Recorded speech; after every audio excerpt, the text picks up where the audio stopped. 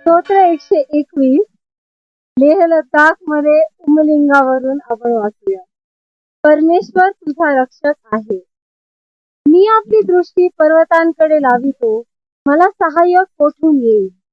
आकाशाचा व पृथ्वीचा निर्माण करता जो परमेश्वर, त्याच्यापासून मला सहाय्य येते. तो तुझा पाय कदापि ढळू देत नाही, तुझ्या रक्षकाला झोप लागत नाही. पहा, इस्रायलाच्या रक्षकाला झोप लागत नाही व तो डुलकीही घेत नाही. परमेश्वर तुझा रक्षक आहे. परमेश्वर तुझ्या उजव्या हाताला तुला सावली आहे. दिवसा सूर्याची व रात्री चंद्राची तुला बाधा होणार नाही. परमेश्वर सर्व अनिष्टांपासून तुझे रक्षण करील, तुझ्या जीवाचे रक्षण करील.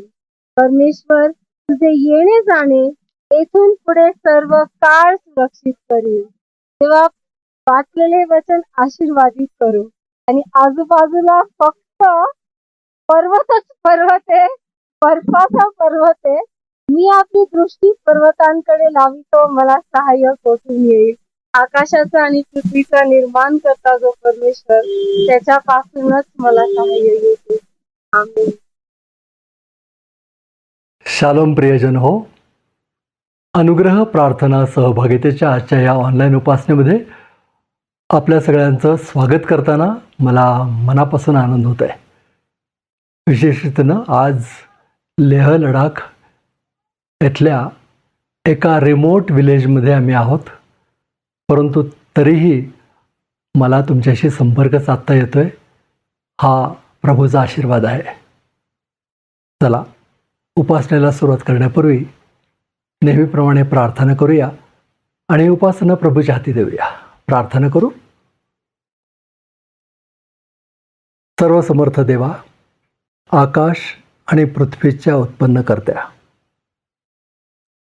आम्ही प्रत्यक्ष ह्या ठिकाणी पाहत आहोत तुझ्या हस्तकृतीचं अद्भुत कार्य. प्रभू, आम्ही तुझ्या नावावर धन्यवाद देतो. जेव्हा आम्ही सभोवताली पाहतो त्यावेळेस मानवतो काय की त्याची तू काळजी घ्यावीस, त्याच्याकडे लक्ष द्यावंस.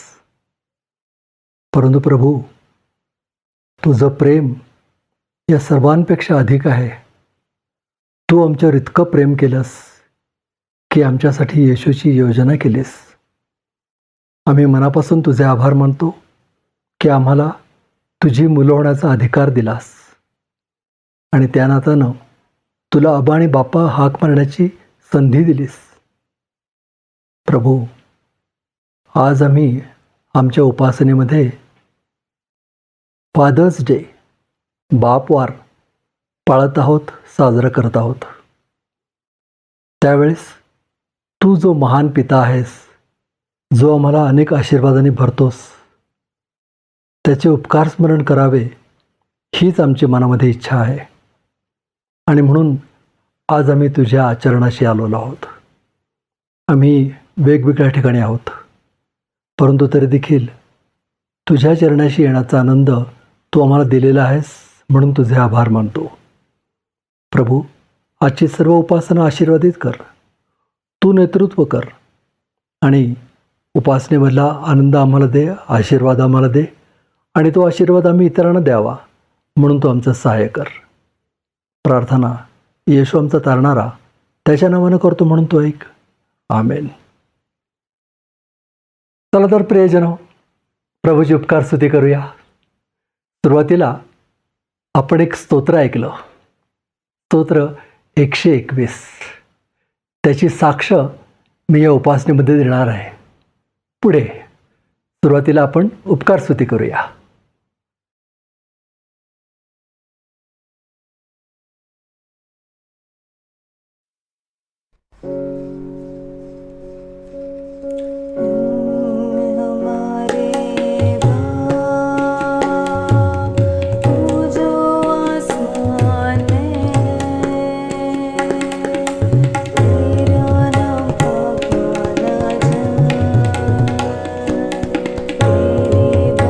तेरे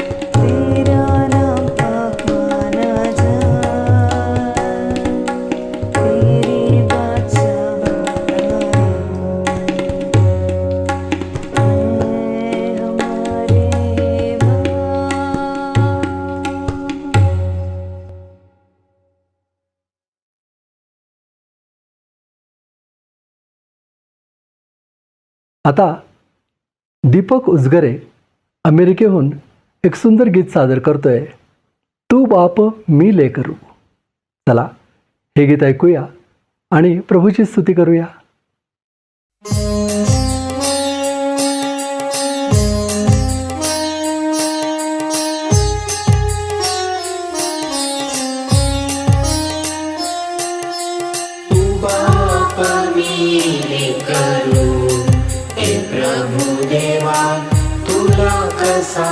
विसरू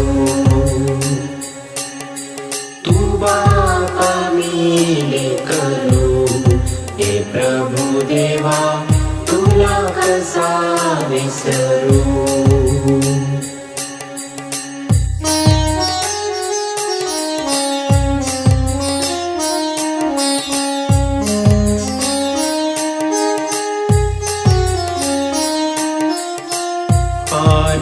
वाचून मासा जैसा तळमळतो जीव माझा तैसा.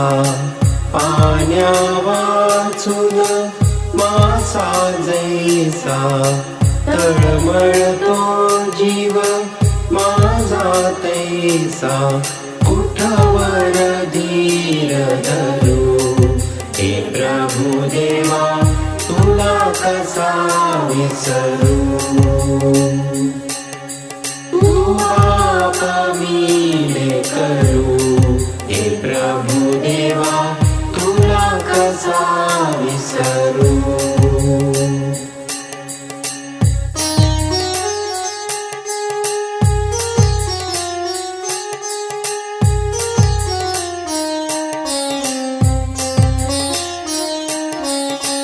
जगताचे तू तारण देवा थकलेल्यांचा तूच विसावा. जगताचे तू तारण देवा थकलेल्यांचा तूच विसावा. नाम तुझे विस्मरू हे प्रभु देवा तुला कसा विसरू. तू बापा मी करू हे प्रभु देवा तुला कसा विसरू. तू बापा मी करू हे प्रभु देवा तुला कसा विसरू.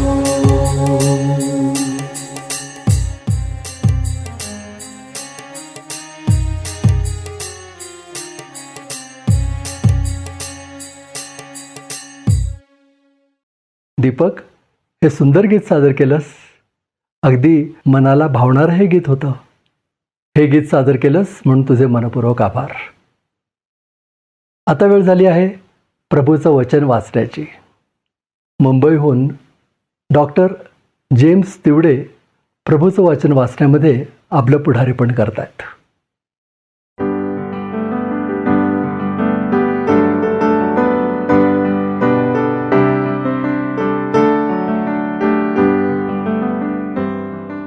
नव्या करारामधून लोककृत शुभवर्तमान याचा 3रा अध्याय आणि 21 पासून 38 पर्यंत आपण ऐकूया. येशूचा बाप्तिस्मा व त्याच्याविषयी देव बापाची साक्ष. आणि असे झाले की सर्व लोकांचा बाप्तिस्मा झाला तेव्हा येशूचाही बाप्तिस्मा होऊन तो प्रार्थना करीत असता आकाश उघडले आणि पवित्र आत्मा देहरूपाने कबुतराप्रमाणे त्याच्यावर उतरला. व आकाशातून अशी वाणी झाली की तू माझा प्रिय पुत्र आहेस, तुझ्या ठाई मी संतुष्ट आहे. येशूची वंशावळी. आणि येशू स्वतः शिकू लागला तेव्हा तो सुमारे 30 वर्षांचा होता आणि असे समजले जात होते की तो योसेफाचा मुलगा आहे, तो एलीचा, तो मत्ताथाचा, तो लेवीचा, तो मलखीचा, तो यन्नयाचा, तो योसेफाचा, तो मतिथ्याचा, तो आमोसाचा, तो नहुमाचा, तो हेस्लीचा, तो नग्गयाचा, तो महथाताचा, तो मत्तिथ्याचा, तो शिमईचा, तो योसेखाचा, तो योदाचा, तो योहानानाचा, तो रेशाचा, तो जरीब्बाबेलाचा, तो शलतेएलाचा, तो नेरीचा, तो मल्खीचा, तो अद्दीचा, तो कोसोमाचा, तो एल्मदामाचा, तो येराचा, तो येशूचा, तो अलियेजराचा, तो योरीमाचा, तो मत्ताथाचा, तो लेवीचा, तो शिमोनाचा, तो यहुदाचा, तो योसेफाचा, तो योनामाचा, तो एल्याकिमाचा, तो मल्ल्याचा, तो मिन्नाचा, तो मत्तथाचा, तो नाथानाचा, तो दाविदाचा, तो इशायाचा, तो ओबेदाचा, तो बवाजाचा, तो सल्मोनाचा, तो नहशोनाचा, तो अम्मीनादाबाचा, तो अर्नयाचा, तो हेस्रोनाचा, तो पेरेसाचा, तो यहुदाचा, तो याकोबाचा, तो इसहाकाचा, तो अब्राहामाचा, तो तेरहाचा, तो नाहराचा, तो सरुगाचा, तो रऊचा, तो पेलेगाचा, तो एबराचा, तो शेलहाचा, तो केनानाचा, तो अर्पक्षदाचा, तो शेमाचा, तो नोहाचा, तो लाखेमाचा, तो मतुशलहाचा, तो हनोखाचा, तो यारेदाचा, तो महललेलाचा, तो केनानाचा, तो अनोशाचा, तो शेथाचा, तो आदामाचा, तो देवाचा. वाचलेली वचने देवबापासाठी आशीर्वादित करो. त्याच्या नावाला मान, सन्मान, गौरव आणि महिमा आता आणि सदा सर्व काळपर्यंत असो. आमेन.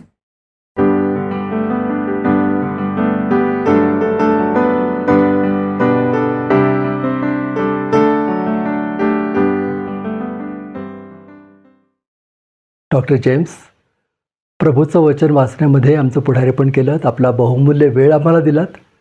तुमचे मनपूर्वक आभार. आता संवाद. रेव्हरंड संजय डेव्हिड गायकवाड आपल्याशी काही संवाद साधू इच्छित आहेत. बघूया त्यांना काय म्हणायचं आहे.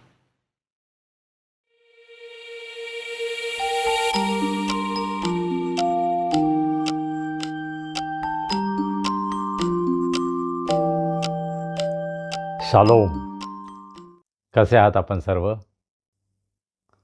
आजच्या उपासनेमध्ये आपण फादर्स डे, बापवार साजरा करत आहोत. आणि म्हणून सर्व पित्यांना आणि पित्यासमान आमच्या सर्व बंधूंना फादर्स डेच्या, बापवाराच्या खूप खूप शुभेच्छा. परमेश्वर आपल्या सर्वांना आशीर्वादित करो, आपल्याला उत्तम आरोग्य देवो, भरपूर आयुष्य देवो आणि आपल्या प्रत्येकांच्याद्वारे प्रभूचं गौरव होऊ दे. तुमच्या जीवनाद्वारे तुमचं कुटुंब, तुमची मंडळी आणि सर्व समाज हा आशीर्वादित हो, ही आज सर्व पित्यांसाठी आमची प्रार्थना आहे. मागच्या रविवारची भक्ती आपल्या सर्वांसाठी आशीर्वादाची झाली आहे हा मला विश्वास आहे. मावस्कर बहिणी रूथ आणि रेबेका अतिशय सुंदर गाणी त्यांनी गायली आणि भक्तीमध्ये आमचं पुढारीपण केलं. त्याबद्दल आम्ही त्यांचे आभारी आहोत. आपल्यासाठी पवित्रशास्त्राचं वाचन बंधू सुरेश तिवडे जे मिरजमध्ये असतात त्यांनी केलं. आणि शनिवारी त्यांनी मला हा मेसेज पाठवला की मी 81 लोकांना आपल्या प्रार्थनेची, आपल्या उपासनेची लिंक पाठवली आहे. आणि मला खूप आनंद वाटला की अशा प्रकारे आपल्यापैकी काही जण अतिशय उत्साहानं ही लिंक अनेकांपर्यंत पाठवता. पण आपल्यातील प्रत्येक जणांनी एका व्यक्तीला जरी ही लिंक पाठवली तर त्याद्वारे आपण फार मोठी सेवा करू शकतो. त्या व्यक्तीला, त्या कुटुंबाला, त्या मंडळीला आपण आशीर्वादित करू शकतो. इंग्रजीमध्ये ज्यांनी शास्त्र वाचन केलं, डॉक्टर सामा थॉमस यांनी फार सुंदर साक्ष सांगितली. पौलाच्या फिलेमोनाला लिहिलेल्या पत्रामधून ज्याविषयी आम्ही चर्चा केली त्यामधून प्रभूने त्यांना आशीर्वाद दिला आणि त्यांच्या आठवणी जाग्या झाल्या की प्रभूमध्ये कशाप्रकारे एका आंटींनं त्यांच्या जीवनामध्ये त्यांना अतिशय उत्तेजन दिलं होतं. आणि अशा प्रकारे आम्हा सर्वांचा अनुभव आहे, मला खात्री आहे. परंतु पुष्कळदा आम्ही कष्ट घेत नाही ते सांगण्याचे की कशाप्रकारे माझ्या जीवनामध्ये विशिष्ट व्यक्तींच्याद्वारे मला आनंद मिळाला, आशीर्वाद मिळाला. आणि माझी आपल्याला विनंती आहे की येणाऱ्या दिवसामध्ये आपले आशीर्वाद स्वतःजवळ ठेवू नका, परंतु त्याविषयी साक्ष द्या. माझ्या जीवनामध्ये प्रभूने जर मला काही आनंद दिला असेल, आशीर्वाद दिला असेल तर तो मी वाटायला हवा. आणि आपल्याला ही फार चांगली संधी आहे. अनुग्रह प्रेयर फेलोशिपच्या भक्तीमध्ये आपण ती साक्ष देऊ शकता की कशाप्रकारे प्रभूने आपल्या जीवनामध्ये कार्य केलं आहे. आणि वेगवेगळ्या लोकांचा, ते कदाचित आपले नातेवाईक असतील, मित्र असतील, मंडळीतील लोक असतील, समाजामधील इतर लोक असतील, कशाप्रकारे त्यांच्याद्वारे तुम्हाला आनंद आणि आशीर्वाद मिळाला याची साक्ष तुम्ही देऊ शकता. आमच्या अनुग्रह प्रेयर फेलोशिपच्या व्हॉट्सॲप ग्रुपमध्ये डॉक्टर अनुपमा उजगरे यांनी त्यांचा एक अनुभव सांगितला. एक सुप्रसिद्ध साहित्यिक त्यांना भेटले आणि त्यांनी अहमदनगरमधील प्राध्यापक उजगरे यांच्याशी फार चांगली माहिती दिली. आणि मग मी त्यांना म्हटलं की हे प्राध्यापक उजगरे म्हणजे जे अहमदनगर कॉलेजचे प्राचार्य होते तेच आहेत का? आणि त्यांनी सांगितलं हो तेच ते. आणि मग मी त्यांना सांगितलं हो ते अतिशय धार्मिक, अतिशय शांत, अतिशय विद्वान असे व्यक्ती होते आणि ते माझ्या बहिणीचे मिस्टर होते. म्हणजे ते माझे मेहुणे होते. पहा, वेगवेगळ्या लोकांच्याद्वारे आम्हाला आशीर्वाद मिळतो नाही का? आणि त्याची साक्ष आपण द्यायला हवी. डॉक्टर अनुपमा उजगरे असं म्हणाल्या की एक ख्रिस्तीतर व्यक्ती एका ख्रिस्ती व्यक्तीविषयी इतकी चांगली साक्ष देतो हे ऐकून मला फार बरं वाटलं. आणि खरोखर ही फार चांगली गोष्ट नाही का? आम्हीसुद्धा अशाच प्रकारे इतरांविषयी साक्ष द्यायला पाहिजे आणि त्याद्वारे त्या व्यक्तीला, त्या कुटुंबाला उत्तेजन मिळू शकतं. मागच्या रविवारच्या भक्तीमध्ये पीटरनं आपली साक्ष दिली.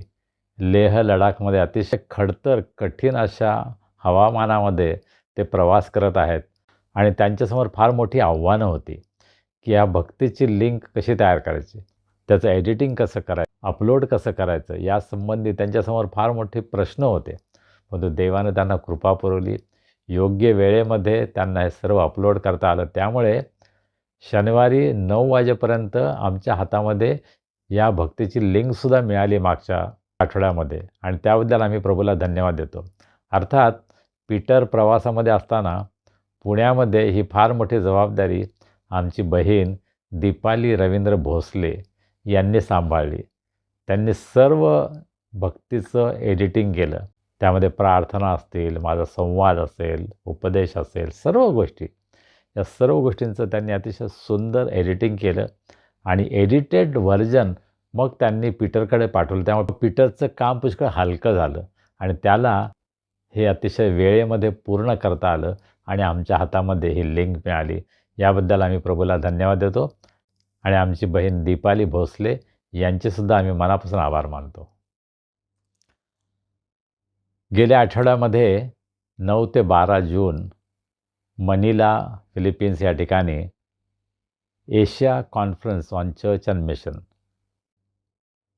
आशिया खंडामधील वेगवेगळ्या देशांमध्ये जे काही ख्रिस्ती कार्य चालू आहे त्याविषयी चर्चा करण्यासाठी आणि आमच्यासमोर काय आव्हानं आहेत याचा विचार करण्यासाठी मंडळीचे पालक आणि पुढारी असे काही निवडक लोकांसाठी ही परिषद भरवण्यात आली होती. आणि केवळ 200 प्रतिनिधी साधारण 25 देशांमधून या परिषदेसाठी मनिला या ठिकाणी आले होते आणि अतिशय सुंदर आणि आशीर्वादित या सभा झाल्या.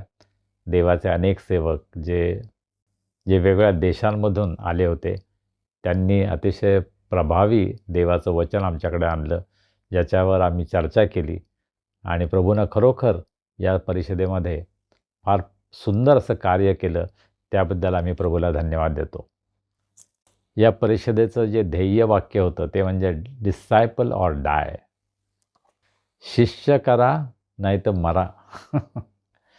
शिष्य जर आम्ही केले नाहीत तर आमची मंडळी उद्या मरणार आहे आणि हे आव्हान आम्हाला या परिषदेमधून मिळालेलं आहे की आम्ही फक्त चर्च मेंबर्स वाढवून चालणार नाही. आम्हाला मंडळीमध्ये प्रत्येक व्यक्ती हा ख्रिस्ताचा खरा शिष्य कसा होईल या दृष्टीनं प्रयत्न करायचे आहेत आणि त्या दृष्टिकोनातून या परिषदेमध्ये चर्चा करण्यात आली, विचारविनिमय करण्यात आला आणि पुढील काळामध्ये मंडळीची वाटचाल कशी असावी या दृष्टिकोनातून अनेक गोष्टींची योजना करण्यात आली आणि त्याविषयी मी येणाऱ्या दिवसामध्ये अधिक काही सांगेन. परंतु प्रभूने फार मोठा आशीर्वाद दिला. माझा प्रवास सुरक्षित झाला, मला आरोग्य दिलं. त्याबद्दल मी प्रभूला मनापासून धन्यवाद देतो. आपल्या सर्वांचे आभार मानतो कारण आपण सर्वांनी माझ्यासाठी प्रार्थना केल्या. या परिषदेसाठी लागणारा जो खर्च आहे तो 80,000 होता आणि त्यासाठी आपण मला मदत करावी अशा प्रकारची विनंती मी केली होती आणि आपल्यापैकी काही निवडक लोकांनी मला 500 रुपयापासून 10,000 पर्यंत वेगवेगळ्या प्रकारे आपण मदत केली. त्याबद्दल मी आपल्या सर्वांचा अतिशय आभारी आहे.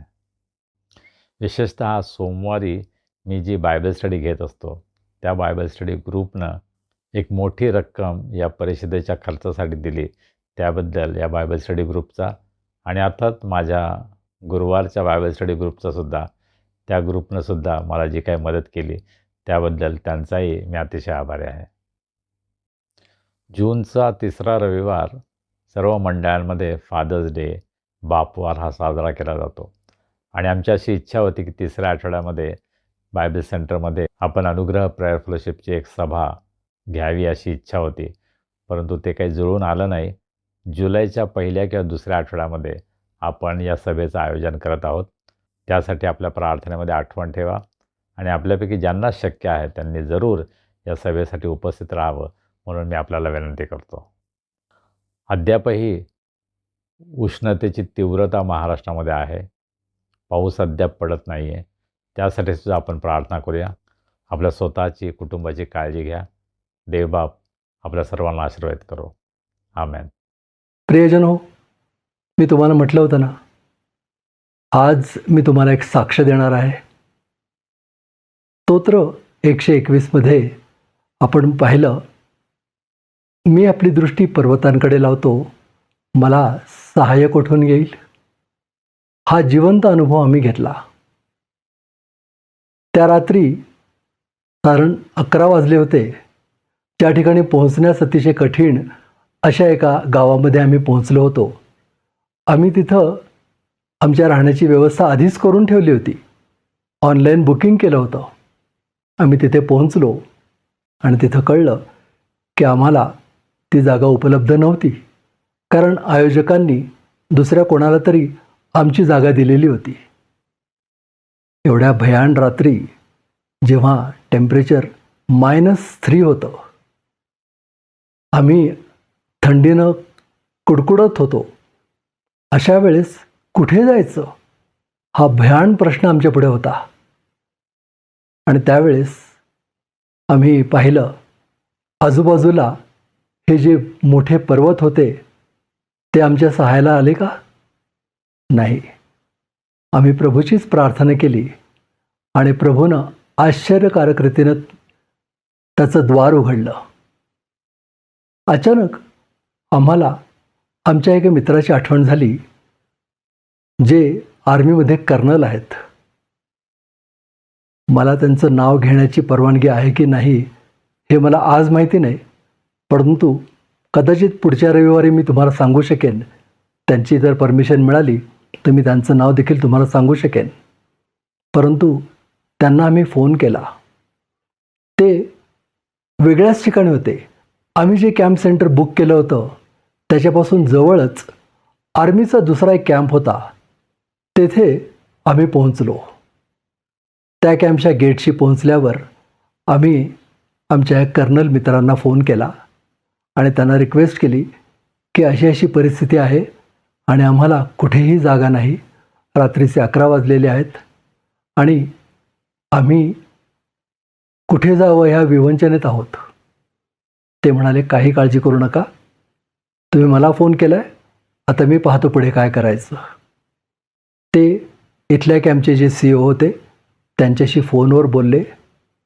अर्थात थोडा वेळ लागला, परंतु त्यांनी इथे सोय केली आमच्या राहण्याची, जी अत्यंत उत्तम प्रकारची होती, एखाद्या 5 स्टार हॉटेलसारखी.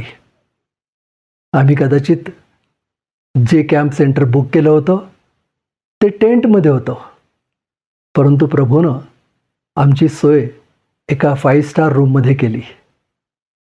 हे अत्यंत अद्भुत होतं. त्यावेळेस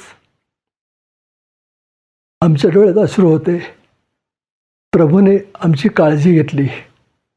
प्रभूने आमचा पुरवठा केला. मध्यरात्री प्रभूनं आमची काळजी घेतली. कुठून आलं सहाय्य? ह्या पर्वतांकडून नाही, परमेश्वरानं सहाय्य केलं आणि आमची काळजी घेतली. आम्ही 4 जण होतो. निखिल, त्याची पत्नी स्नेहा, आमचे मित्र सचिन आणि मी.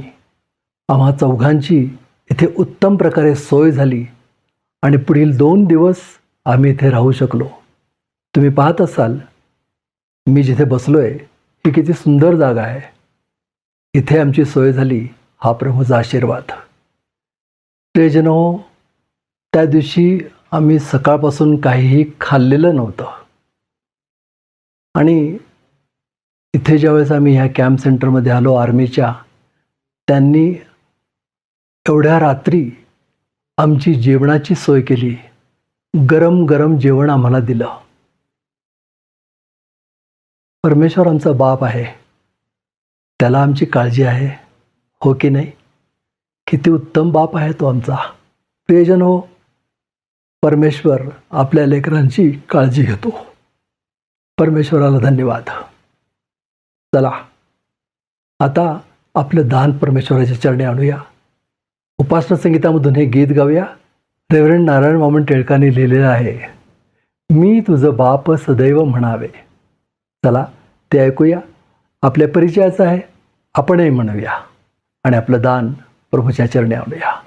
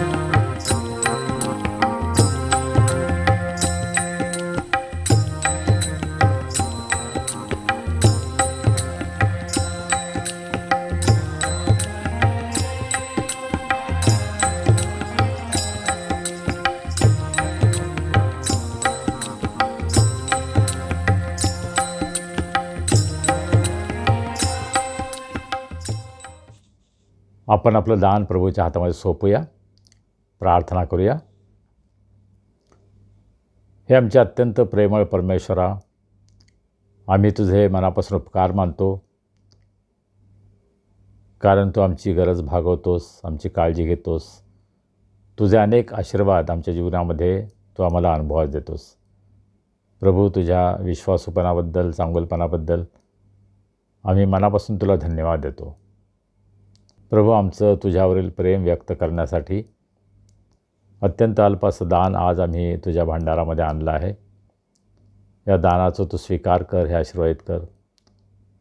या दानाचा उपयोग तुझं कार्य या जगामध्ये अधिक वाढण्यासाठी, तुझ्या मंडळीची आध्यात्मिक वृद्धी होण्यासाठी, अनुग्रह, प्रेयर, फेलोशिप आणि हा संदेश ऐकणाऱ्या प्रत्येकाच्या जीवनामध्ये प्रभू तुझे अनेक आशीर्वाद आणण्यासाठी या सर्व दानांचा उपयोग तू करून घे, अशी आम्ही तुला विनंती करतो. प्रभू, आम्ही तुझ्या वचनावर मनन करणार आहोत आणि म्हणून आम्ही तुझं सहाय्य मागतो. आम्ही तुला विनंती करतो, पवित्र आत्म्याच्या द्वारे या वचनांचा उलगडा आम्हाला तू कर. आम्ही तुझ्या वचनावर अधिक मनन करावं, अंतःकरणपूर्वक या वचनाचा आम्ही स्वीकार करावा, तुझं आज्ञापालन आम्ही करावं. यासाठी प्रभू आम्हा सर्वांचं तू सहाय्य कर. आम्ही सर्वजण स्वतःला तुझ्या हातामध्ये सोपवतो, तू आम्हाला चालव. तारणारा प्रभू येशू ख्रिस्त याच्या नावाने आम्ही ही प्रार्थना करतो, म्हणून तो ऐक. आमेन. हे रेकॉर्डिंग ज्या दिवशी मी करत आहे तो दिवस आहे 17 जून आणि 16 जूनच्या रात्री 12 वाजेपासूनच मला माझ्या वाढदिवसानिमित्त शुभेच्छा मिळायला सुरुवात झाली. अर्थात सर्वप्रथम माझी पत्नी सुरेखा हिने मला विश केलं. त्यानंतर बंधू विजय घोलप यांचा संदेश मला आला आणि मग ख्रिस्तामध्ये एक बहीण डॉक्टर मिल्खा मदाळे यांनीसुद्धा मला संदेश पाठवला आणि माझी खात्री आहे की या दिवसभरामध्ये मला अनेक संदेश मिळतील. आपल्या सर्वांचा मी मनापासून आभारी आहे. आज फादर्स डेच्या निमित्तानं, बापवाराच्या निमित्तानं आम्ही काही विशेष देवाच्या सेवकांना प्रभूच्या वचनाची सेवा करण्यासाठी आपल्यामध्ये आमंत्रित केलं आहे. इंग्रजीमध्ये पास्टर स्किनर थॉम्सन हे देवाचं वचन आपल्याकडे आणणार आहेत आणि मराठीमध्ये पास्टर मेघनाथ पवार जे जेम्स या संघटनेमध्ये एका मोठ्या पदावर आहेत. जेम्स या मिशनरी संस्थेचं एक ट्रेनिंग सेंटर लव्हाळा या ठिकाणी कोल्हापूरजवळ आहे. त्याचे ते इन्चार्ज आहेत आणि त्यांच्या हाताखाली अनेक लोक, अनेक सेवक तयार होत आहेत. मी स्वतः मागच्या महिन्यामध्ये त्या ठिकाणी सभेला गेलो होतो. त्याच्याविषयी मी आपल्याला सांगितलेलं आहे. पास्टर मेघनाथ हे आपल्या पत्नीसह आणि 3 मुलांसह कोल्हापूर या ठिकाणी राहतात आणि प्रभूची सेवा ते अतिशय सुंदर रीतीनं करत आहेत. आम्ही प्रभूच्या नावाला धन्यवाद देतो आणि आज प्रभूचा संदेश ते आपल्याकडे आणणार आहेत.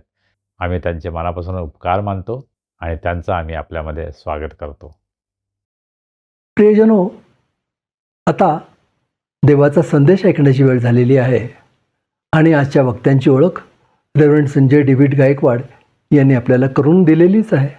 चला संदेश ऐकूया.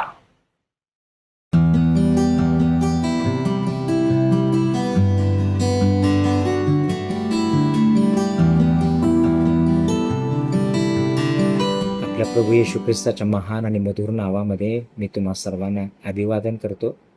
आज अनुग्रह प्रेयर फेलोशिपच्या द्वारा जगभरातून या प्रार्थनेसाठी जोडले गेलेल्या सर्व ख्रिस्ती बंधू भगिनींना शालोम. आजचा हा दिवस एक विशेष दिवस म्हणून जगभरात साजरा केला जात आहे आणि आपण देखील साजरा करीत आहोत. अर्थातच हा फादर्स डे आहे, पितृदिन म्हणून आपण हा साजरा करीत आहोत आणि त्यासाठी जो शास्त्रभाग आपण आज ऐकला, लुकुरची वर्तमान याचा 3रा अध्याय 21 ते 38 वचनं आणि काही गोष्टी आपण त्यातून ऐकणार आहोत आणि त्या उपरांत काही मुद्द्यांवरती पण आपण देवाच्या वचनातून बोध आपण आज ऐकणार आहोत. तर पहिली गोष्ट यामध्ये आहे की आपला देव जो आहे तो एक नातेसंबंधाचा देव आहे आणि त्यानं पिता आणि पुत्र हा नातेसंबंध निवडून स्वतःला या जगामध्ये त्यानं प्रकट केलं आणि म्हणून खऱ्या अर्थानं जर पाहिलं तर इतर नातेसंबंध पण तो निवडू शकला असता कदाचित. मी असं म्हणेन, तुम्हाला कदाचित अतिशयोक्ती वाटेल की त्यानं असाही नातेसंबंध त्याला निवडता आला असता की आई आणि मुलगा किंवा आजोबा आणि नातू किंवा काही ठिकाणी आपण पाहतो की मामा आणि भांजा असं कुठल्या तरी अर्थानं किंवा इतर कुठल्या तरी नातेसंबंधामध्ये पण त्याला स्वतःला प्रकट करता आलं असतं. पण त्यानं एक सर्वोत्तम नातं निवडून स्वतःला प्रकट केलं या जगभरामध्ये आणि ते होतं पुत्राचं नातं. अर्थात देव जो पिता तो देहरूपानं या जगामध्ये येत असताना त्यानं एक पुत्र म्हणून स्वतःला ह्या जगामध्ये प्रकट केलं आणि आपण त्रैक्य देवावरती विश्वास ठेवतो. देव जो पिता, देव जो पुत्र आणि देव जो पवित्र आत्मा, या त्रैक्य देवावरती आपण विश्वास ठेवतो आणि त्यामुळं त्यानं जो नातेसंबंध निवडला की येशू ख्रिस्त हा देवाचा पुत्र म्हणून ह्या जगामध्ये प्रकट झाला. पण आज देखील पुष्कळ जणांना देवाचा पुत्र ही जी संकल्पना आहे ती संकल्पना ते स्वीकारू शकत नाहीत.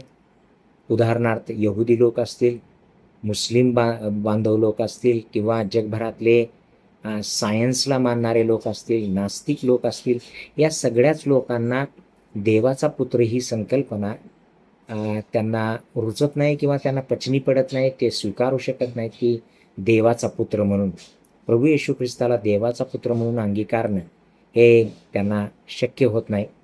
आणि म्हणून या शास्त्रभागात सुद्धा आपण वाचलं की 23 वचनामध्ये येशूने आपल्या कार्याचा आरंभ केला तेव्हा तो सुमारे 30 वर्षांचा होता. लोक त्याला यौसेपाचा पुत्र असे समजत. तो यौसेपाचा पुत्र आहे असं समजत, पण तो देवाचा पुत्र आहे यावरती विश्वास ठेवायला, हे सत्य अंगीकारायला पुष्कळ लोकांना जड जात होतं. पुष्कळ लोक ते अंगीकारतच नव्हते. आज देखील जगभरातले बरेचसे लोक या गोष्टीला विरोध करतात आणि म्हणून एका अर्थाने येशू ख्रिस्ताविषयी आपण वाचतो की तो त्यांच्यासाठी एक अडखळणाचा खडक बनला, अडखळणाचा धोंडा बनला. त्यांच्यासाठी हे फार मोठं अडखळण आहे आणि त्यांच्या तार्किक दृष्टीने ते असा विचार करून म्हणतात की देवाला जर पत्नीच नाही आहे तर त्याला मुलगा आला कुठून, त्याला पुत्र आला कुठून. त्यामुळं देवाचा पुत्र ही जी संकल्पना आहे ते बिलकुल ते स्वीकारू शकत नाही. परंतु आपल्याला माहीत आहे की येशू ख्रिस्त हा देवाचा एकुलता एक पुत्र आहे आणि खरं तर पूर्वी म्हणजे जुन्या कराराच्या काळामध्ये त्या लोकांना देव हा देव म्हणून प्रकट झाला. आणि उदाहरणार्थ जर आपण पाहिलं की निर्गमचं पुस्तक याचा 3रा अध्याय आणि 15व्या वचनामध्ये तो असं म्हणतो की त्यांना जाऊन सांग तुमच्या पूर्वजांचा देव, अर्थात देव मोशेशी बोलत आहे आणि त्याला म्हणतो की तू जाऊन त्यांना सांग की मी जो आहे त्यानं मला पाठवलंय आणि हेच माझं सनातन नाव आहे. आणि पुढं तो असं म्हणतोय की त्यांना जाऊन तू सांग की तुमच्या पूर्वजांचा देव, अब्राहमाचा देव, इसहाकाचा देव, याकोबाचा देव याने मला तुमच्याकडे पाठवले आहे. तो त्या सगळ्या ठिकाणी देव असा उल्लेख करतो. खरं तर त्या संपूर्ण काळातल्या जुन्या कराराच्या सगळ्या काळातल्या लोकांसाठी देव हा देव आहे. पण धन्य आहोत तुम्ही आणि मी की आपल्यासाठी देव हा पिता आहे आणि त्याला एकच कारण आहे, ते म्हणजे त्याचा एकुलता एक पुत्र प्रभू येशू ख्रिस्त या जगामध्ये देहरूप धारण करून आला आणि पित्याबरोबरचं जे नातं पूर्णपणे तुटलेलं होतं, पातकामुळं पूर्णपणे भंग पावलेलं होतं. कारण आपण ही वंशावळी जी वाचली, मुद्दाम आपण ती वंशावळी वाचली कारण जेव्हा आपण त्या वंशावळीतलं शेवटचं वचन वाचतो 38 वचन, तिथं असं लिहिलं आहे तो अनोशाचा, तो शेथाचा, तो आदामाचा, तो देवाचा पुत्र. आदाम हा देवाचा पुत्र आहे आणि देवानं सुरुवातीला आपला पुत्र म्हणून या जगामध्ये त्यांना मनुष्याकडे देवानं पाहिलं. परंतु हे नातेसंबंध राहिले नाहीत. पातक ह्या जगामध्ये आल्यामुळे हे नातेसंबंध तुटले आणि आपण देवापासून खूप दूर गेलो. पुन्हा हे नातेसंबंध रिस्टोर करण्यासाठी देवाने आपल्या एकुलत्या एका पुत्राला या जगामध्ये पाठवले आणि तोच आहे प्रभू येशू ख्रिस्त. त्यामुळं पूर्वीच्या लोकांसाठी तो देव म्हणून आला आणि जिथं देव आहे ना तिथं खऱ्या अर्थानं आपण म्हणू की ते जे लोक आहेत ते भक्त आहेत, एक त्याचे उपासक आहेत किंवा सेवक आहेत अशा अर्थानं त्यांच्याकडे पाहिलं जाईल. पण आपल्या बाबतीमध्ये मात्र तसं नाही आहे. नवीन कराराच्या काळामध्ये तुम्ही मी असताना रोमकारासपत्र याचा 8वा अध्याय 14व्या वचनामध्ये लिहिले की जितक्यांना देवाचा आत्मा चालवित आहे तितके देवाचे पुत्र आहेत. त्यामुळे तुम्ही आणि मी आता नव्या कराराच्या काळामध्ये आपण ना केवळ तो देव पण आपला पिता म्हणून त्याला आपण म्हणू शकतो. आणि पुढे असंही म्हटलंय की पुन्हा भीती बाळगावी असा दासपणाचा आत्मा देवाने आपल्याला दिला नाही, तर ज्याच्या योगी आपण अब्बा बाप्पा अशी हाक मारतो असा दत्तकपणाचा आत्मा परमेश्वरानं आपल्याला देव केलेला आहे. त्यामुळं आता आपण देवाचे पुत्र आहोत आणि देवाचे पुत्र ही जी संकल्पना आहे आपल्यासाठी खूप अद्भुत आणि महान अशी आहे. पण मी या ठिकाणी थोडं आणखी एका गोष्टीवरती प्रकाशझोत टाकू इच्छितो की बऱ्याचदा असं वाटतं की पुत्रच का, कन्या का नाही?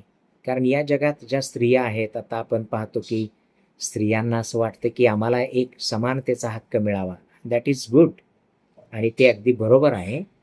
आम्हाला समानतेचा हक्क मिळावा. पूर्वी असं म्हटलं गेलं की आम्हाला 33% राखीव जागा द्या, नंतर कदाचित 50% असेल आणि मला माहीत नाही की कालांतरानं कदाचित 90% असेल आणि 10%च फक्त पुरुषांना राहील का हे पण सांगता येणार नाही. परंतु स्त्रियांना असं वाटतंय की आम्हाला पण बरोबरीचं समजलं जावं. तर सर्व ख्रिस्ती बहिणींना पण मला उत्साहित करून सांगू द्या की देवाजवळ कुठल्याही प्रकारचा पक्षपातीपणा नाही आहे.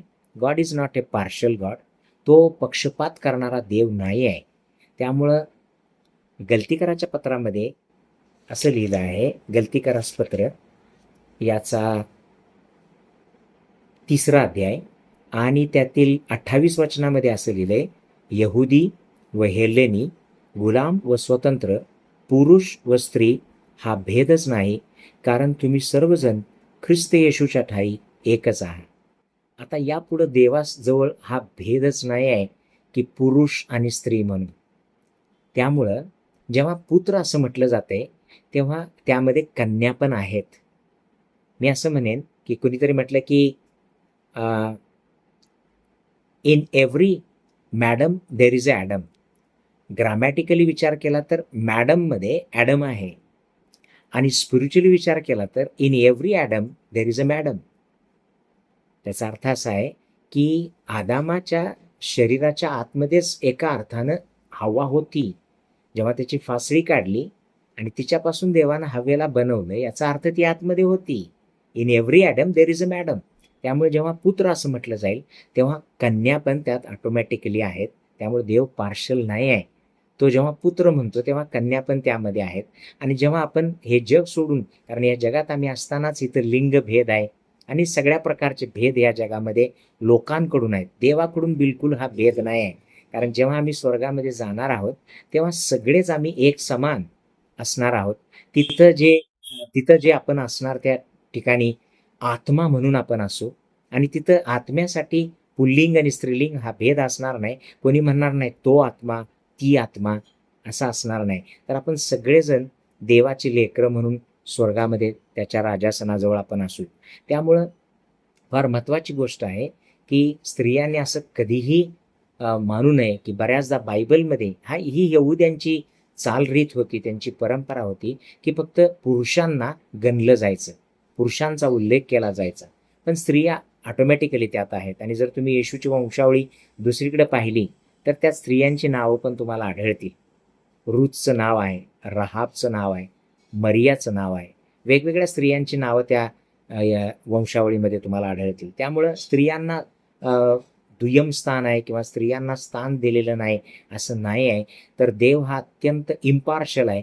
तो अत्यंत म्हणजे कुठल्याही प्रकारचा भेदभाव न करणारा असा आहे. पक्षपाती आपला देव नाही आहे. त्यामुळं पुत्र या नात्यानं आपण सगळेजण त्याला एक दिवस सामोरे जाणार आहोत, त्याच्या राजासनाजवळ जाणार आहोत. आता या वचनांमध्ये जी लूका वर्तमानाच्या आपण 3ऱ्या अध्यायातली जी वचनं वाचली त्या ठिकाणी येशू ख्रिस्ताविषयी अर्थात आपल्या पुत्राविषयी स्वतः देवाने एक साक्ष दिली. तिथं असं लिहिलंय की आकाशातून अशी वाणी झाली, तू माझा पुत्र मला परमप्रिय आहेस किंवा प्रिय आहेस आणि तुझ्याविषयी मी संतुष्ट आहे. दुसऱ्या शुभवर्तमानामध्ये एका ठिकाणी लिहिलंय, हा माझा पुत्र मला परमप्रिय आहे आणि याच्याविषयी मी संतुष्ट आहे. त्यामुळं स्वतः देवानं आपल्या पुत्राविषयी एक साक्ष दिली आहे.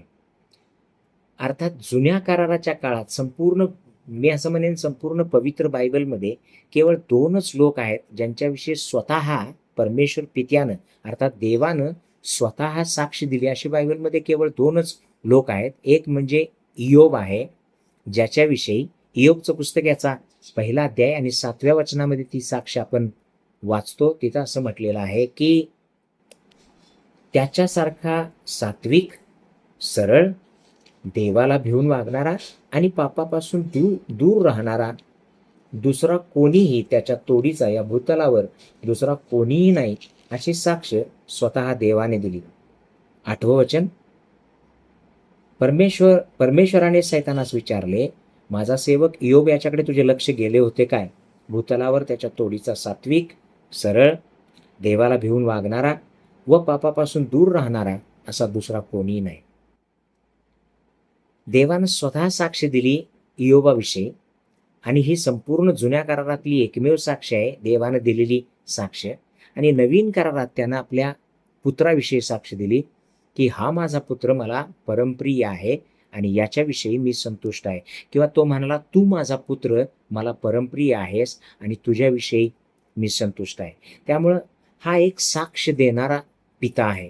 बऱ्याचदा आपण चर्चेसमध्ये ऐकतो की लोक साक्ष देतात, त्यांच्या जीवनात घडलेल्या वेगवेगळ्या गोष्टींबद्दल लोक साक्ष देतात. आणि खरं तर बायबल हे साक्षींचं पुस्तक आहे. इब्रिलोकासपत्र याचा 12वा अध्याय आणि 1ल्या वचनामध्ये लिहिल्याप्रमाणे, तर मग आपण एवढ्या मोठ्या साक्षीरूपी मेघाने वेढलेले आहोत, म्हणून आपण ही सर्व भार व सहज गुंतवणारे पाप टाकून आपल्याला नेमून दिलेल्या धावेवरून धीराने धावावे. त्यामुळं आपण इतक्या मोठ्या साक्षीरूपी मेघानं तुम्ही मी वेढलेले आहोत. त्यात अनेकांच्या साक्षी आहेत, पण त्या सगळ्या साक्षींमध्ये स्वतः परमेश्वर देवानं दिलेली साक्ष इयोबाच्या बाबतीतली एक साक्ष आहे आणि नवीन करारामध्ये प्रभू येशू ख्रिस्ताविषयी दिलेली एक साक्ष आहे. त्यामुळे आपला परमेश्वर देव जो आहे तो साक्ष देणारा देव आहे. बऱ्याचदा असं वाटतंय आपल्याला की आपण साक्ष देणारे आहोत, पण देव हा साक्ष देणारा देव आहे, तो साक्ष देतो. आणि असे 2च लोक आहेत पवित्र बायबलमध्ये, एक म्हणजे जुन्या करारात इयोब आणि नवीन करारामध्ये प्रभू येशू ख्रिस्त. आणखी एक गोष्ट मला आजच्या मननामध्ये तुमच्या समोर आणायची आहे की तुम्ही आणि मी आपण अत्यंत सौभाग्यशाली लोक आहोत. कारण जुना कराराच्या काळामध्ये देव या संकल्पनेशी निगडीत जर आपण पाहिलं तर लोकांसाठी असं म्हटलं जाय की हा सेवक आहे, हा दास आहे, हा भक्त आहे किंवा हे लोक आहेत. ही उपमा किंवा ही संकल्पना आपल्यासाठी वापरण्यात आलेली होती लोकांसाठी. पण नवीन कराराच्या काळामध्ये आपण पाहतो की आपल्याला पुत्र असं संबोधलेलं आहे. या युगाच्या शेवटी जेव्हा नवीन कराराचा आरंभ झाला तेव्हा आपल्याला पुत्र असं गणण्यात आलेलं आहे. त्यामुळं आपण खरोखर सौभाग्यशाली आहोत. इयोबाच्या पुस्तकातला 1 अध्याय आणि 7व्या वचनामध्ये असं लिहिलं आहे, माफ करा, इयोबाचं पुस्तक याचं 1 अध्याय 8वं वचन जे आपण आत्ता वाचलं त्यामध्ये, परमेश्वराने सैतानास विचारले, माझा सेवक इयोब याच्याकडे तुझे लक्ष गेले होते काय? माझा सेवक इयोब, तिथं असं म्हटलंय की हा माझा सेवक आहे. सगळे जे पवित्र बायबलमध्ये जुन्या कराराच्या काळात ज्या लोकांना आपण पाहतो, अगदी अब्राहमापासून ते संदेशट्यांपर्यंत, त्या सगळ्यांना देवाचे सेवक असं म्हटलेलं आहे किंवा देवाचा भक्त म्हटलेला आहे किंवा काही ठिकाणी देवाचा दास म्हटलेला आहे, काही ठिकाणी देवाचे लोक म्हटलेलं आहे. पण देवाचा पुत्र ही संकल्पना जुन्या कराराच्या काळामध्ये आम्हाला आढळत नाही. ती आम्हाला आढळते नवीन कराराच्या काळामध्ये. आणि प्रकटीकरण याचा 21 अध्याय आणि 7व्या वचनामध्ये असं लिहिलं आहे की जो कोणी विजय मिळवतो त्याला या गोष्टी वारशाने मिळतील. मी त्याचा देव होईन आणि तो माझा पुत्र होईल. त्यामुळे नवीन कराराच्या काळामध्ये तुम्हाला आणि आम्हाला पुत्र होण्याचा महान अधिकार केवळ येशू ख्रिस्तामुळं आम्हाला प्राप्त झालेला आहे. आणि प्रभू येशू ख्रिस्त हा देवाचा एकुलता एक पुत्र, तो पुत्र देवाचा पुत्र असताना तो या जगामध्ये आला आणि त्यानं आपल्यासारखा देहरूप त्यानं धारण केलं आणि अखिल मानवजातीच्या पापासाठी त्यानं आपला स्वतःचा प्राण, आपलं बलिदान दिलं. आणि आता त्याच्या बलिदानामुळं, त्याच्या या अर्पणामुळं तुम्हाला आणि मला एक महान अधिकार मिळालेला आहे की आपण देवाचे पुत्र म्हणविले गेलो. खरं तर हा इतका महान अधिकार आहे. जर आपण जुन्या कराराच्या काळात जर पाहिलं तर लोकांना खरंच लोक म्हणू नये इतकी त्यांची दुरावस्था होती.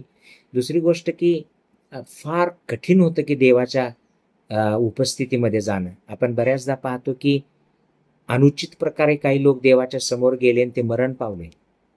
आणि निर्गमचं पुस्तक, लेवीयचं पुस्तक वाचताना तुमच्या लक्षात येईल, तिथं वारंवार देवानं सूचना दिलेली आहे, तुम्ही हे कराल.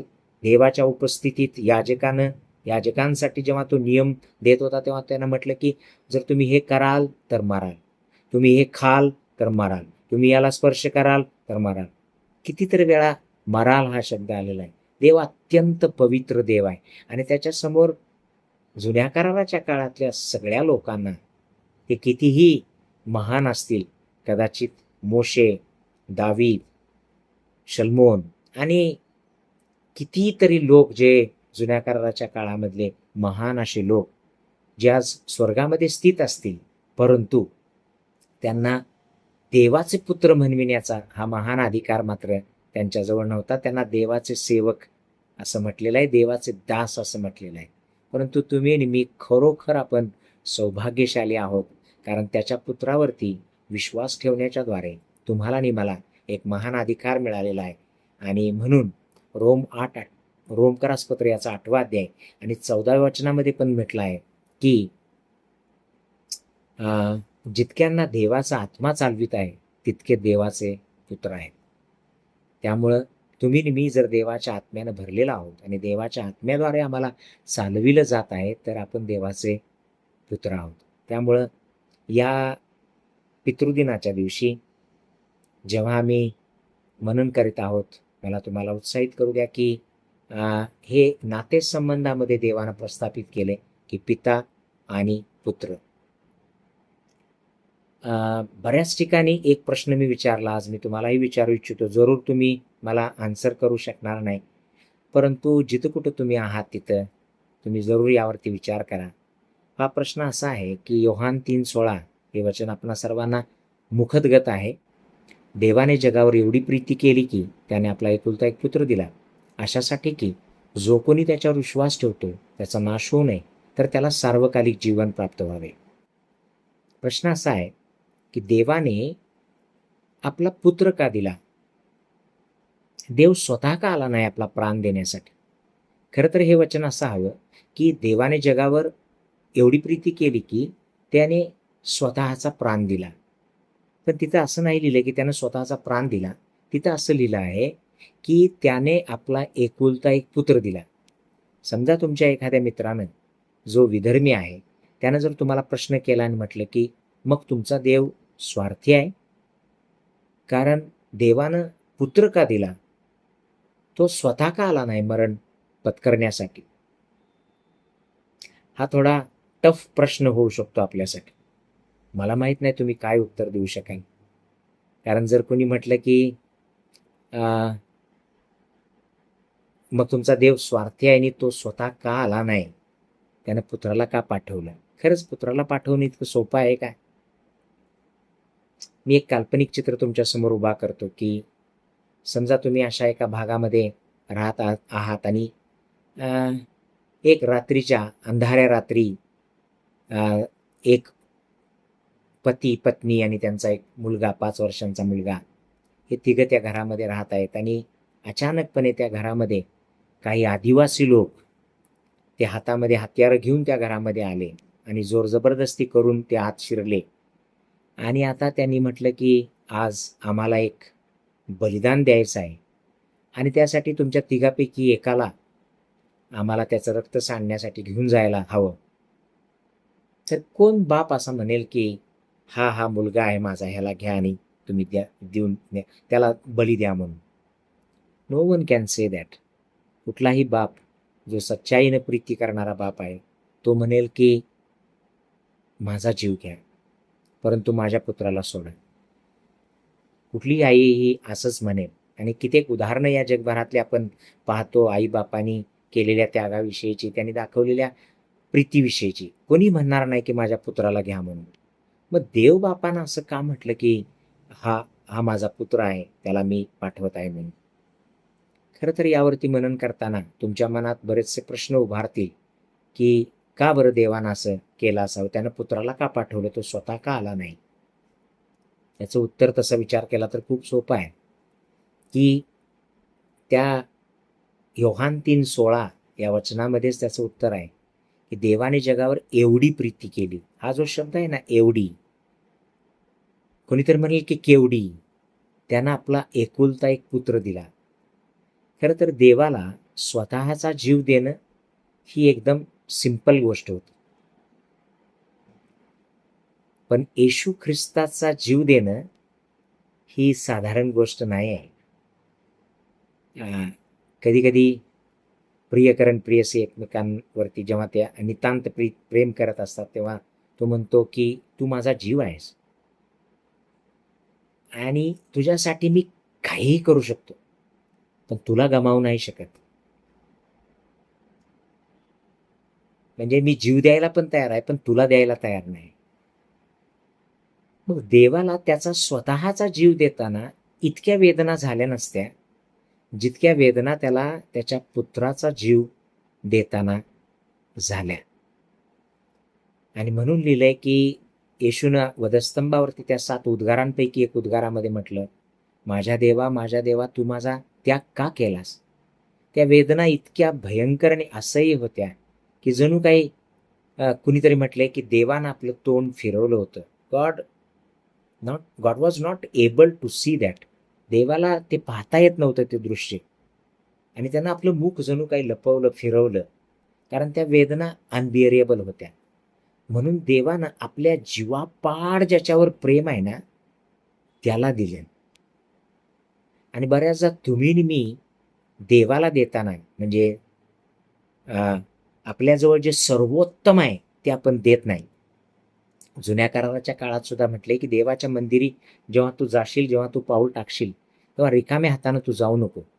आणि काही सूचना अशा पण आहेत, आपण नियमशास्त्रात वाचतो, वेगवेगळे नियम होते.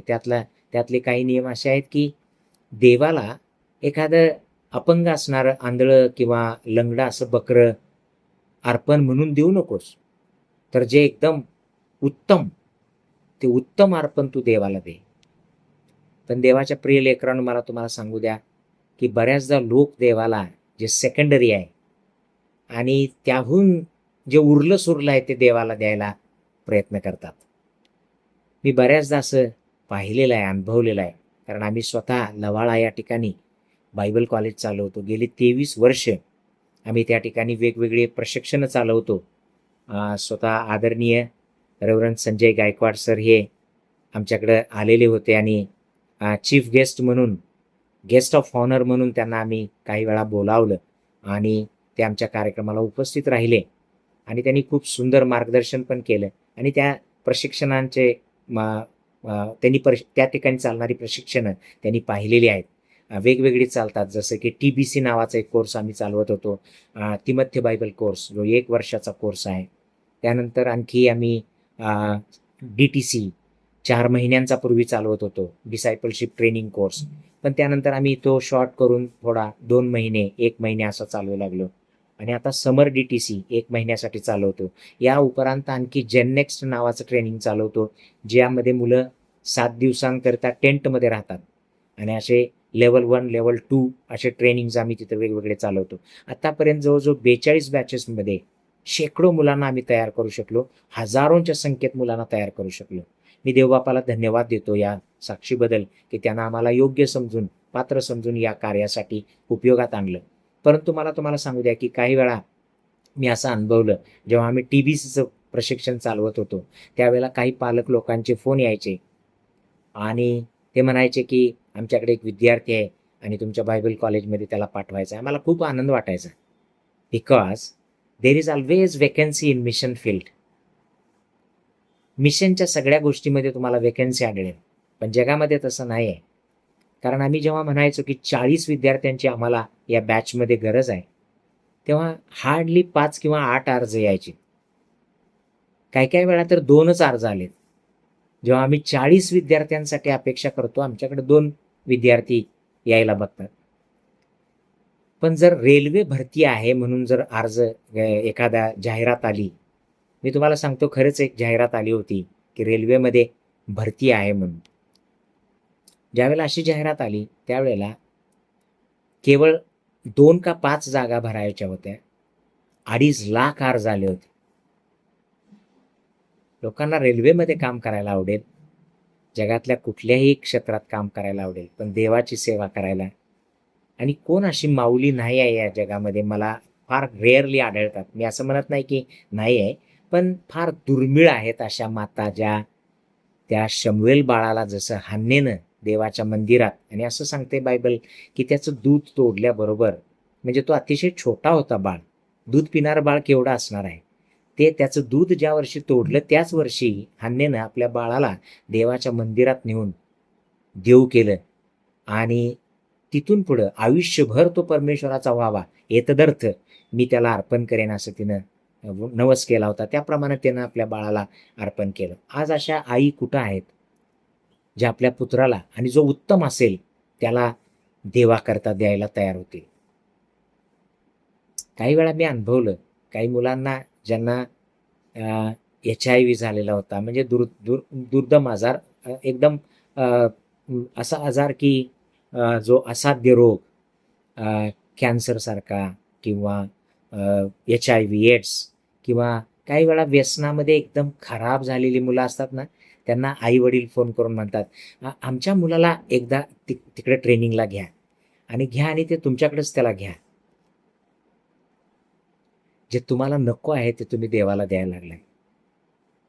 पण देवाच्या प्रिय लेकरांनो, देवाच्या प्राणाहून जो त्याला प्रिय होता, त्यानं आपल्यासाठी त्याला त्या एकुलत्या एका पुत्राला तुमच्या आणि माझ्यासाठी पाठवलं. म्हणून लिहिलंय की देवाने जगावर एवढी प्रीती केली. एवढी प्रीती म्हणजे केवढी ती आपण नाही मोजू शकत. तिची लांबी, रुंदी, उंची, खोली आपणा कोणालाही मोजता येणार नाही. कुणीतरी देवाला विचारलं, येशूला विचारलं, तू माझ्यावर किती प्रीती करतोस? तो काही बोलला नाही.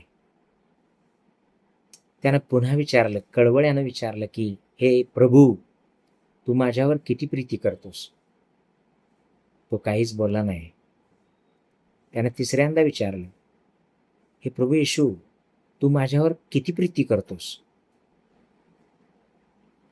त्यानं आपले हात पसरले, आपली मान खाली झुकवली आणि आपला प्राण सोडला. तो काहीच बोलला नाही. God's love is in action. देव कृतीतून प्रेम करतो.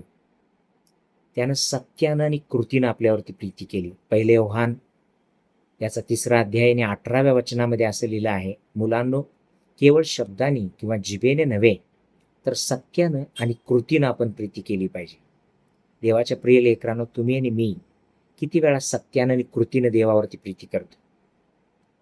आज या फादर्स डेच्या निमित्तानं त्या पित्यानं जी तुमच्यावर माझ्यावर केलेली प्रीती आहे त्याविषयी थोडा विचार करूया. खरंच देवानं आपल्यावरती इतकी प्रीती केली. दुसऱ्या एका वचनामध्ये लिहिलं आहे की त्याने आपल्या स्वतःच्या एकुलत्या एका पुत्राला राखून न ठेवता त्याला तुमच्या आमच्याकरता सर्वांकरता दिले. तो त्याच्याबरोबर आपल्याला सर्व काही कसे देणार नाही? त्यानं आपल्या एकुलत्या एका पुत्राला पण राखून ठेवलं नाही, त्यानं त्याला आपल्याकरता दिले. त्यामुळे आजच्या या दिवशी त्या पित्याची हीच इच्छा आहे की आम्ही त्याला संतोष व्हावं. आणि असं जर काही आम्हाला करता आलं की लव्ह इन ॲक्शन, पुष्कळ झालं बोलणं, पुष्कळ झाली आमची गाणी, आय लव्ह यू लॉर्ड, प्रभू माझं तुझ्यावर खूप प्रेम आहे. हाऊ मेनी डेज,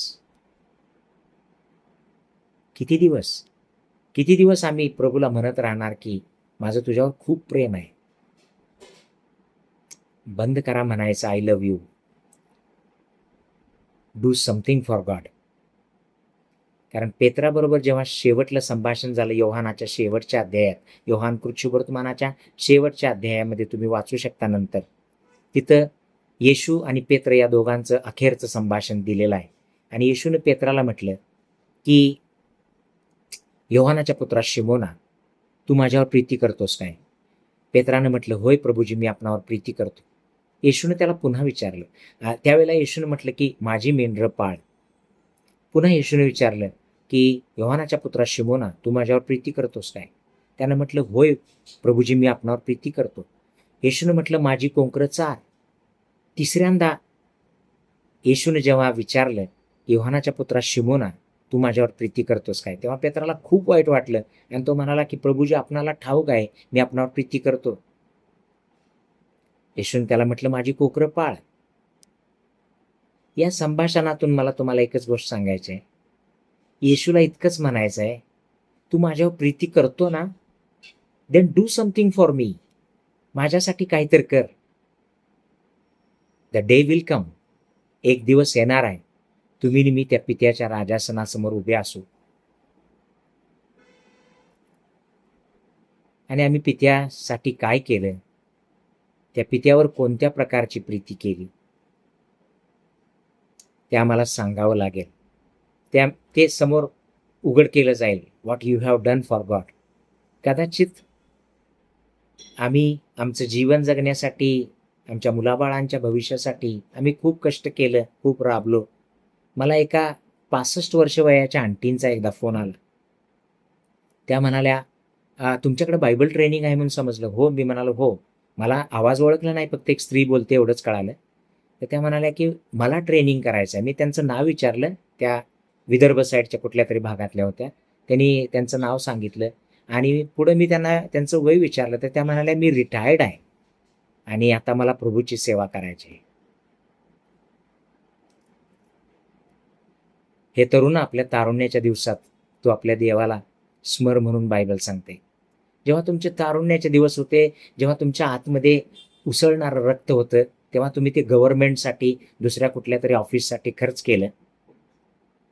पैसा मिळवण्यासाठी, पैसा कमावण्यासाठी खर्च केलं आणि आता हातपाय थरथरू लागले, पायामध्ये बळ नाही, हातामध्ये ताकद नाही आणि आता तुम्ही म्हणता की मला प्रभूची सेवा करायची आहे.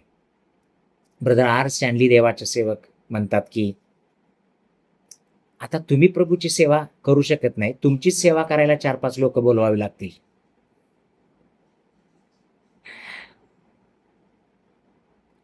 जेव्हा तुम्ही या आजचा संदेश ऐकणारे कोण जर तरुण लेकरं असतील, कोणी असोत, I want to challenge you. Do something for God. He is your father. He is my father. तो तुमचा आणि माझा पिता आहे, करुणामय असा बाप आहे, ज्यानं तुमच्यावर माझ्यावर नितांत प्रीती केली. त्या नितांत प्रीती केलेल्या पित्यासाठी तुम्ही आणि मी आपण काहीतरी करूया. Do something for God. या जगातून आम्हाला असंच नाही जाता येणार. देवावरती प्रीती करूया आणि कृतीतून प्रीती करूया. पहिले योहान 3:18 कधी विसरू नका मुलांनो. केवळ शब्दांनी किंवा जिभेने नव्हे, तर सत्यानं आणि कृतीनं आम्ही प्रीती करायला हवी. शेवटचा एक मुद्दा मला सांगू द्या आज या फादर्स डेच्या निमित्तानं. कुणीतरी मला म्हटलं की what is the destination of your life. तुमच्या जीवनाचं अंतिम ध्येय काय आहे. त्यावरती मी विचार केला आणि मला असं अंतःकरणात वाटते, the destination of my life is to become like his son. त्याच्या पुत्राच्या प्रतिमेप्रमाणे तुम्ही मी बनावं, हे आमच्या जीवनाचं अंतिम ध्येय असायला हवं. रोमकारास पत्र याचा 8वा अध्याय आणि त्यातील 29 वचनामध्ये असं लिहिलं आहे. रोम 8:29 मध्ये, कारण ज्यांच्याविषयीचे त्याला पूर्वज्ञान होते त्याने आपल्या पुत्राच्या प्रतिमेप्रमाणे बनावे म्हणून त्याने त्यांना आगाऊच नेमून ठेवले. देवाच्या अंतःकरणात हीच गोष्ट आहे. त्यानं आपला पुत्र या जगात यासाठी पाठवला की तुम्ही मी आता त्याच्या पुत्रासमान बनावे. पण कितपत बनलो तुम्ही मी मला माहीत नाही. आपण स्वतःचं आत्मपरीक्षण करू. कदाचित आपण त्याच्या पुत्रासमान बनलेलो नाही आहोत. किंबहुना आपण ख्रिस्ती म्हणून पण बऱ्याच वेळा अत्यंत उण्या आहोत. महात्मा गांधी जेव्हा आफ्रिकेमध्ये एका ख्रिस्ती घरात पेईंग गेस्टच्या रूपामध्ये राहत होते, त्यांनी 2-3दा बायबल वाचलं असं म्हणतात. आणि ते खरं असावं, कारण डोंगरावरील प्रवचन अर्थात मत्तई कृत्यवर्तमान 5, 6, 7 ह्या अध्यायांचा प्रभाव महात्मा गांधींच्या जीवनावर खूप होता आणि ते त्यांच्या अहिंसा तत्वामध्ये पण दिसून येते. त्यांनी जे तत्व मांडली की जर कोणी तुझ्या एका गालावर मारतो तर दुसराही पुढं कर, हे सगळं बायबलमधले सिद्धांत त्यांनी अंगीकारलेले होते महात्मा गांधींनी. आणि मग त्यांना कुणीतरी विचारलं, त्या आफ्रिकेमध्ये जेव्हा ते त्या घरामध्ये राहत असताना तिथल्या लोकांनी कदाचित विचारलं की तुमच्या भारतातील लोक कधी सगळे लोक ख्रिस्ती होतील किंवा ख्रिस्ताकडे येतील. महात्मा गांधींनी खूप मार्मिक उत्तर दिलं, जे हृदयाला काळजाला भेदून जाणारं उत्तर आहे. ते म्हणाले, माझा संपूर्ण देश ख्रिस्ती होईल जर ख्रिस्ती लोकांच्या मध्ये ख्रिस्त दिसला तर. पण देवाच्या प्रिय लेकरांनो, तुमच्या आणि माझ्यामध्ये ख्रिस्त दिसत नाही, ही व्यथा आहे. एका देवाच्या महान सेवकानं हे उद्गार काढले. त्यांनी म्हटलं, preach the gospel everywhere, use the word if necessary. सुवार्ता सगळीकडे गाजवा, गरज भासली तर शब्दांचा वापर करा. तुमचं जीवनच एक सुवार्ता असू द्या. आपण शब्दांनी पुष्कळ सुवार्ता गाजवायला बघतो, पण आमच्या जीवनातून मात्र सुवार्ता लोकांना दिसत नाही. ती सुवार्ता लोकांपर्यंत पोहोचू द्या. आज पितृदिनाच्या दिवशी मी इतकंच म्हणेन की तो एक नातेसंबंधाचा देव आहे. तो नातेसंबंधामध्ये या जगात आला. एक पुत्र म्हणून प्रभू येशू ख्रिस्तानं, देवाचा एकुलता एक पुत्र म्हणून त्यानं या जगात येऊन अखिल मानवजातीसाठी जे बलिदान अर्पण करायचं होतं ते बलिदान अर्पण केलं आणि ती देवाची महान योजना काल्वरीच्या क्रुसावर त्यानं पूर्ण केली. पूर्वी त्याला देव, परमेश्वराला देव देव देव म्हणून म्हणत असत, पण नवीन कराराच्या काळात आपण त्याला पिता म्हणतो. आम्ही त्याला पिता म्हणण्यास दजतो, कारण तो आपला पिता आहे. येशू ख्रिस्ताच्या द्वारे हा महान अधिकार देवानं तुम्हाला आणि मला दिलेला आहे की आपण त्याला पिता म्हणू शकतो. आणि तिसरी गोष्ट, तो एक साक्ष देणारा पिता आहे. खरं तर उधळ्या पुत्राच्या दाखल्यावरून कुणीतरी म्हटलं की he is a dancing father, he is a singing father. तो नृत्य करणारा, तो गीत गाणारा बाप आहे. मी म्हणतो की तो साक्ष देणारा बाप आहे. या दोघांच्या व्यतिरिक्त कोणाविषयी साक्ष ह्या जगात आम्हाला पाहायला मिळत नाही. एक म्हणजे योबाबद्दल, दुसरी प्रभू येशू ख्रिस्ताबद्दल. आणि तिसरा मुद्दा की आपण किती सौभाग्यशाली आहोत, कारण त्यांना सेवक असं म्हटलं. महान कृत्य त्यांनी केली, महत्कृत्य त्यांच्याद्वारे घडली. तांबडा समुद्र दुभंगला मोशेच्या द्वारे देवानं. अद्भुत कृत्य त्यांनी केली, पण तरी सुद्धा त्यांना सेवक असं म्हटलं गेलं. तुम्ही मी काहीच केलेलं नाही, पण ख्रिस्त येशूच्या द्वारे तुम्हाला आणि मला मात्र पुत्र असं म्हटलेलं आहे. आपण सौभाग्यशाली लोक आहोत. त्याची इच्छा आहे की आता आपण त्याच्या पुत्रा समान बनावं. तुमच्या आणि माझ्या जीवनाचं what is the ultimate goal, what is the destination of your life and my life is to become like his son. त्याच्या पुत्रा समान आपण बनावं. आज या पितृदिनाच्या दिवशी, आज या फादर्स डेच्या दिवशी त्या स्वर्गातल्या बापाला संतोष विण्यासाठी पुन्हा एकदा आपले अंतःकरण तयार करूया. आपलं जीवन त्याच्या वेदीवरती अर्पित करूया. आणि शक्य असेल तर मी पुन्हा एकदा तुम्हाला उत्साहित करेन. I want to challenge you. शक्य असेल तर काहीतरी करा देवासाठी. Do something for God. Do something in action. काहीतरी कृती करून त्या पित्याला आपण संतोषूया, जेणेकरून जेव्हा आपण स्वर्गामध्ये जाऊ, वन डे, एक दिवस येईल जेव्हा जरूर तुम्ही आणि मी स्वर्गामध्ये असेल, तिथे केवळ आपण काय केलं आपल्या पित्यासाठी हेच आपल्यासोबत असेल. त्यामुळं या पितृदिनाच्या दिवशी मी पुन्हा एकदा अनुग्रह प्रेयर फेलोशिपच्या द्वारा या ठिकाणी जे सहभागी झाले, जे जॉईन झाले, त्या सर्व माझ्या प्रिय बंधू आणि भगिनींना आज मी पितृदिनाच्या हार्दिक शुभेच्छा देतो. खास करून जे बाप आहेत, जे पिता आहेत, त्यांना मी शुभेच्छा देतो. आणि त्याचबरोबर देवबाप तुम्हाला खूप खूप आशीर्वादित करो. आणि परमेश्वर तुमचा उपयोग त्याच्या राज्यासाठी करून घेऊ. God bless you so much.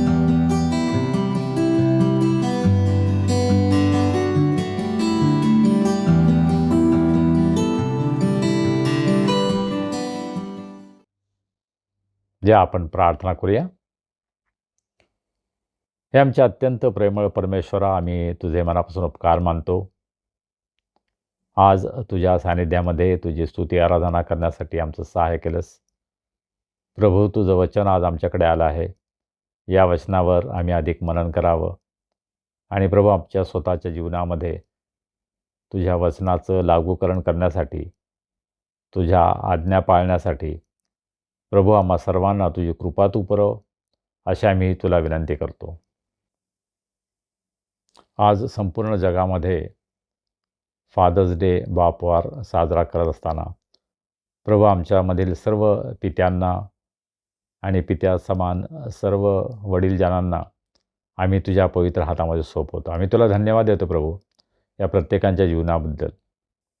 त्यांनी विशेषरीत्यानं आपल्या कुटुंबासाठी जो त्याग केलेला आहे, आपल्या कुटुंबाची जबाबदारी त्यांनी उत्तम रीतीने पार पाडलेली आहे, अशा सर्व पित्यांबद्दल प्रभू आम्ही तुला धन्यवाद देतो, तुझी स्तुती करतो.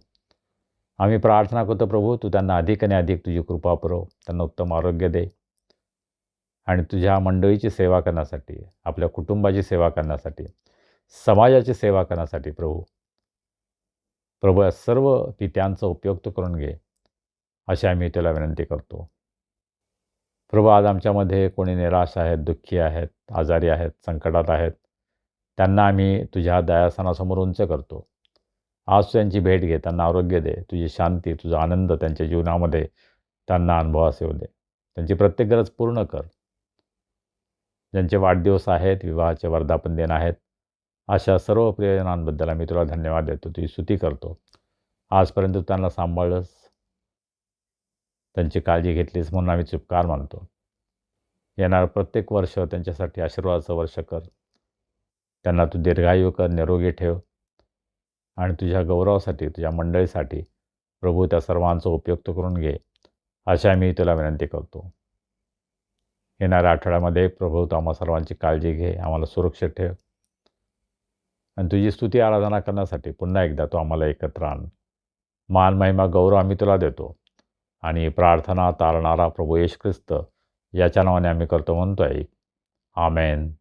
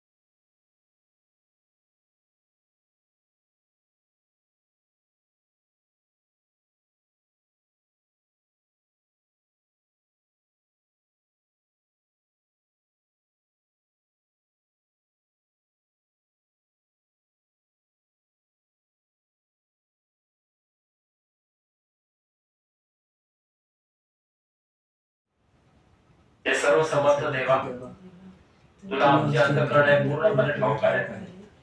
आमच्या मनातील आशा, आकांक्षा आणि विचार तू पूर्णपणे ओळखतोस.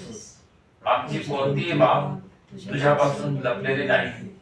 आम्ही तुझ्यावर मनोभावे प्रेम करावे आणि तुझ्या पवित्र नामाचा महिमा यथार्थ वर्णन करावं.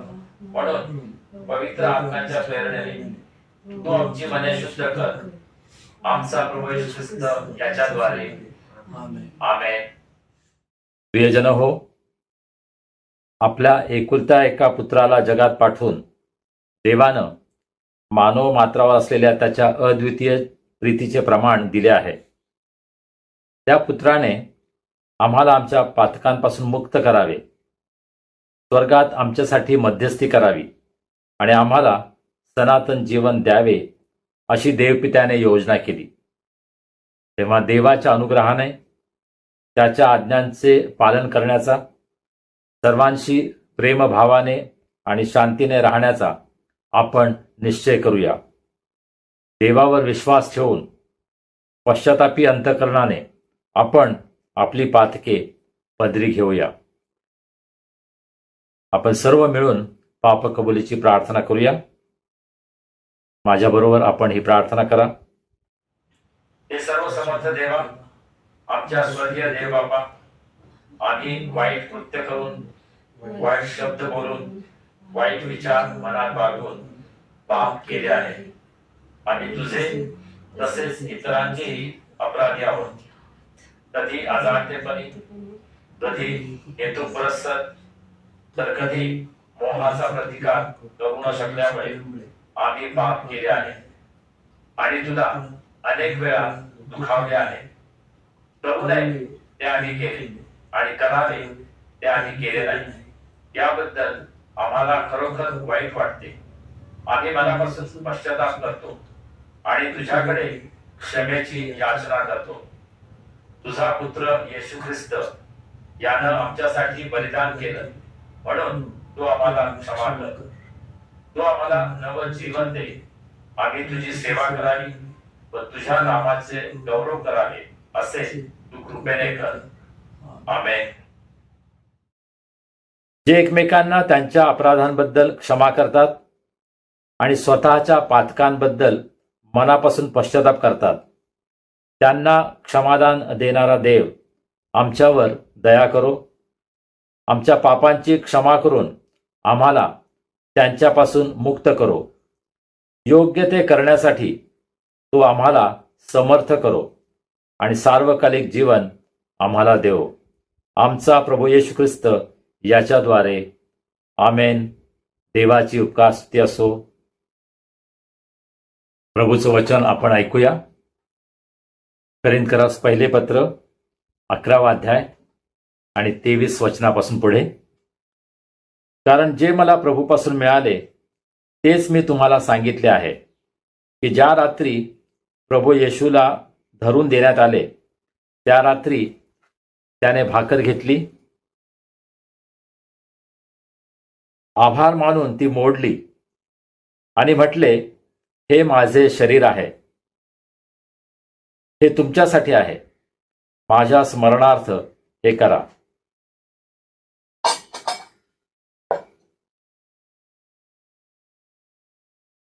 मग भोजन झाल्यावर त्याने प्याला घेऊन तसेच केले आणि म्हटले, हा प्याला माझ्या रक्ताने झालेला नवा करार आहे. जितक्यांदा तुम्ही हा पिता तितक्यांदा माझ्या स्मरणार्थ हे करा. कारण जितक्यांदा तुम्ही ही भाकर खाता व हा प्याला पिता तितक्यांदा तुम्ही प्रभूच्या मरणाची तो येईपर्यंत घोषणा करता.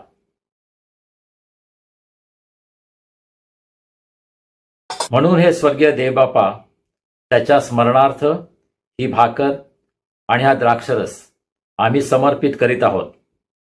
क्रूसावर त्याने केलेला एकमेव परिपूर्ण यज्ञ, मृतातून त्याचे झालेले पुनरुत्थान आणि त्याचे स्वर्गारोहण याबद्दल आम्ही घोषणा करतो. तसेच त्याच्या गौरवशाली पुनरागमनाची आम्ही आतुरतेने प्रतीक्षा करतो. आमेन. प्रार्थना करूया. हे दयाळू प्रभो, तू सिद्ध केलेले भोजन घेण्यासाठी आम्ही येत आहोत. ते आमच्या धार्मिकतेमुळे नव्हे, तर तुझ्या अपार करुणेवर विश्वास ठेवून तुझ्या ताटाबाहेर सांडलेले अन्नकण देखील वेचण्याची आमची पात्रता नाही. तथापि सदा सर्वदा दया करणे हा तुझा स्वभाव धर्मच आहे. तेव्हा हे करुणाकर प्रभू, तुझ्या पुत्राच्या येशू ख्रिस्ताच्या देहाचे व रक्ताचे सेवन केल्यामुळे आमचा पापी देह निर्मळ आणि आमचा आत्मा शुद्ध होऊ दे. त्याने आम्हामध्ये आणि आम्ही त्याच्यामध्ये राहावे असे तू कृपेने कर. आमेन.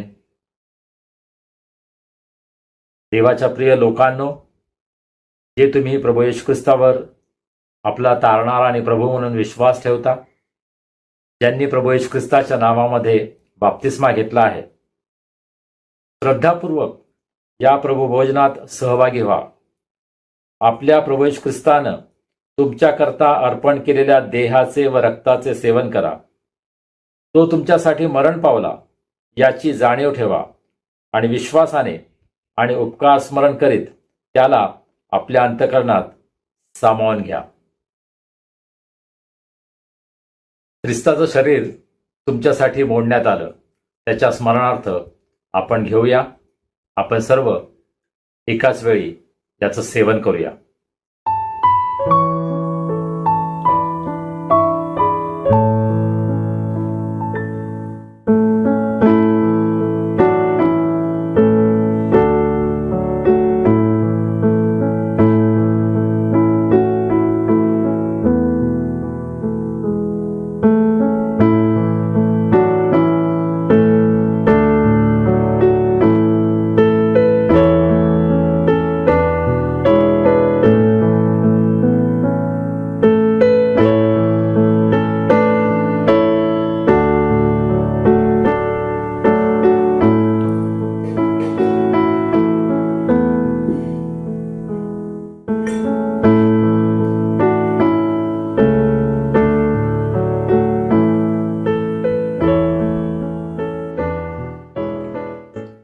ख्रिस्ताचं रक्त तुमच्यासाठी सांडण्यात आलं, त्याच्या स्मरणार्थ यामधून घ्या. आपण सर्व एकाच वेळेस या प्याल्यातून सेवन करूया.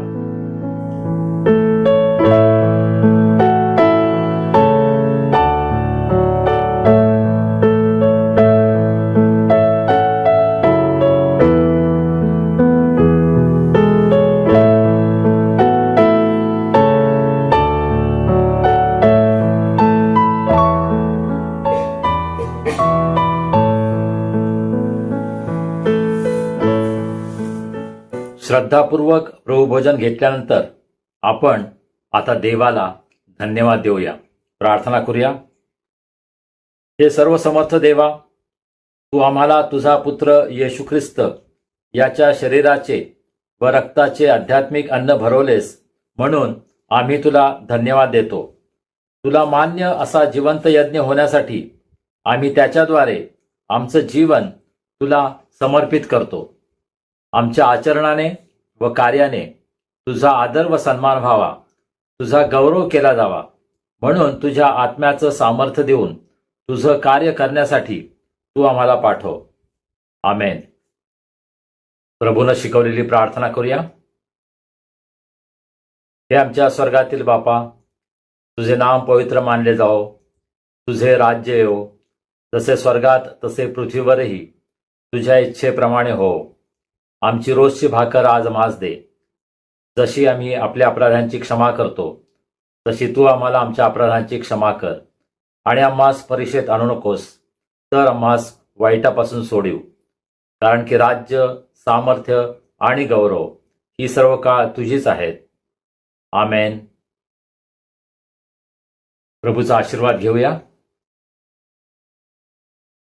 आता ज्या शांतीच्या देवानं सर्व काळच्या कराराच्या रक्तानं मेंढरांचा महान मेंढपाळ आपला प्रभू येशू याला मेलेल्यातून परत आणले, तो देव आपल्या दृष्टीने जे आवडते ते आपणामध्ये येशू ख्रिस्ताच्या द्वारे करो व आपल्या इच्छेप्रमाणे करण्यास तो तुम्हाला प्रत्येक चांगल्या कामात सिद्ध करो. त्या येशू ख्रिस्ताला युगानयुग गौरव असो.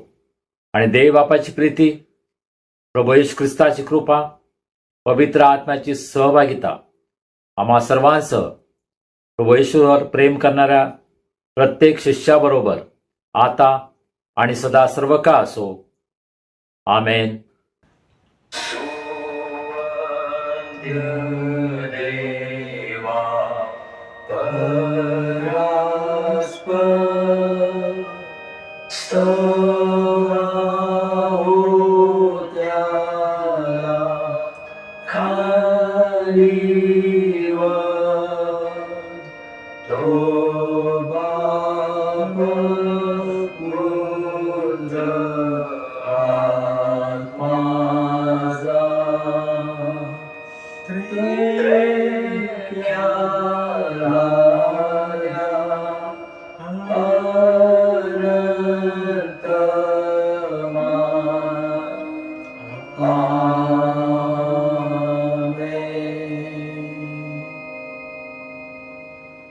शांतीने जा आणि प्रभूची आणि एकमेकांची सेवा करा. आमेन. काय प्रियजनो, कशी वाटली आजची उपासना? प्रभूनं आशीर्वाद दिला. चला, तो जो आमचा स्वर्गीय बाप, आपल्या लेकरांची काळजी घेणारा बाप, त्याची उपकारस्तुती करत राहूया. हा आशीर्वाद इतरांनाही देऊया. त्यांना ह्या उपासनेची लिंक जरूर पाठवा. आणि हो, आपल्या उपासनेचं हे जे यूट्यूब चॅनल आहे ते सबस्क्राईब करायला विसरू नका. अनेकांना हे चॅनल सबस्क्राईब करायला सांगा. त्यांनाही प्रभूचा आशीर्वाद मिळू द्या. आता भेटूया पुढील रविवारी. तोपर्यंत शालोम.